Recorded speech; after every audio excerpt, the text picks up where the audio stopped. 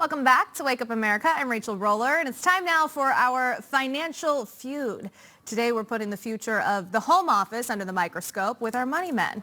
So taking the side of returning to work, we have, from the great state of Texas, business and market analyst Seth Denson. And on the side of remote work is the future, we have,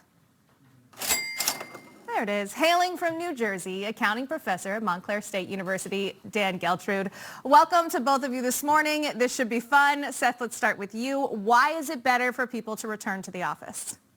Well, listen, I'm sure, I'm going to go and get ahead of this, that the good professor is going to give us some very logical reason that he's been able to research as to why people should be able to work from home going forward.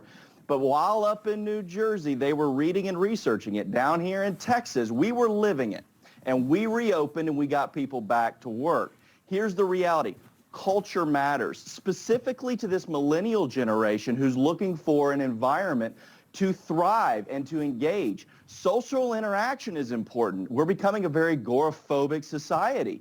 So the sooner we can get people back to work, the sooner that they can engage with one another and we can get productive again and really get back to the quality of life we had pre-pandemic. All right, Dan, you're being so patient and polite there in your corner. What's the future, and why do you see it as people staying at home? Well, you know, I first have to say that I love Seth, but every once in a while I have to enlighten him, and this is one of those moments. There's a reason why in Seth's home he's not using kerosene lamps. He's using electricity. Why? Because that's the progress of technology. So what we are learning right now in real time, the world is getting smaller. Think about how wonderful this is for workers that they can actually take their jobs with them. Sometimes from New Jersey to Texas, I'll admit that. But what great flexibility and quality of life, saving money. It works for both sides, the employer and the employee. This is the future. We have to recognize it, accept it, and work with it. All right, let's talk a little bit about the monies, Seth, because what is the financial benefit? At the end of the day, the money matters, right? We could debate back and forth all day long which one's more effective for us or which one we prefer, but what's the financial benefit of getting people back in the office? Well, there are studies that are showing, I read them, that there is a more productive employee unit. That's part one. But another big thing, and this is really important to those who want the flexibility to work at home, is upward mobility. Studies are showing that upward mobility is much more enhanced when you're in the office because people can see you. They can see your interaction. We learn from one another. That's another important piece. So as businesses want to continue to evolve and improve their product set, interaction with other people on the team will certainly help do that. Dan, same question to you. What's the financial benefit of staying home? Well, the savings are tremendous, right? You cut out your commute, so there's real dollars there.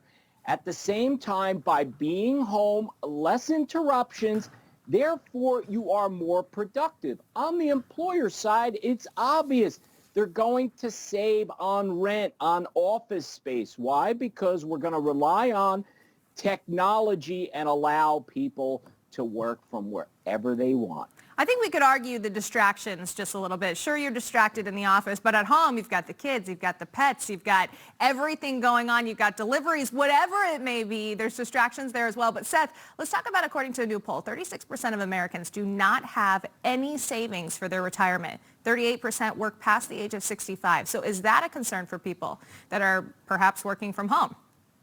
Well, it is, and I agree with all the points that Dan has made, that there are reduced costs there, but you've got to recognize that most people don't want to just be where they are. They want to grow. They want to develop in their career. And what you just mentioned, Rachel, where most people are living paycheck to paycheck, oftentimes to pull themselves out of that, they need promotion. They need to grow. They need to get better, and that can't happen oftentimes at home. Now, employers do need to recognize that there's a new era of culture that's important. But I say this oftentimes, employees will leave you for the same reason they're staying with you. And if your culture enhancer is to let people work from home, well, someone's going to come along and they're going to take that employee for the same reason.